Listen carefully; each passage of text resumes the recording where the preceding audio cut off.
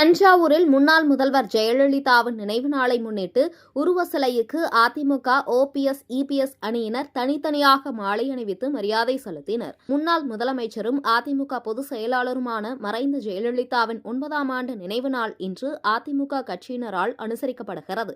இதையடுத்து தஞ்சாவூர் ரயிலடி பகுதியில் முன்னாள் முதல்வர்கள் எம்ஜிஆர், ஜெயலலிதா ஆகியோரின் உருவ சிலைக்கு மாவட்ட செயலாளர் சேகர் தலைமையில் மாலை அணிவித்து மரியாதை செய்யப்பட்டது.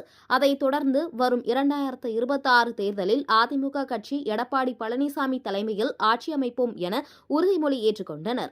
இதில் முன்னாள் மேயர் சாவித்ரி கோபால், மாநகர செயலாளர் சரவணன், கவுன்சிலர்கள் கோபால், கண்ணுக்கினியாள் உள்ளிட்ட கட்சி நிர்வாகிகள், தொண்டர்கள் என ஏராளமானோர் கலந்து கொண்டனர். முன்னதாக பழைய பேருந்து நிலையத்திலிருந்து ரயிலடி வரை அமைதி ஊர்வலம் வந்தனர். இதேபோல் அதிமுக உரிமை மீட்பு குழு, ஓபிஎஸ் அணியை சேர்ந்த நிர்வாகிகள் தவமணி, மணிகண்டன், சண்முக பிரபு உள்ளிட்டோர் ஜெயலலிதா உருவ சிலைக்கு மாலை அணிவித்து மரியாதை செய்தனர்.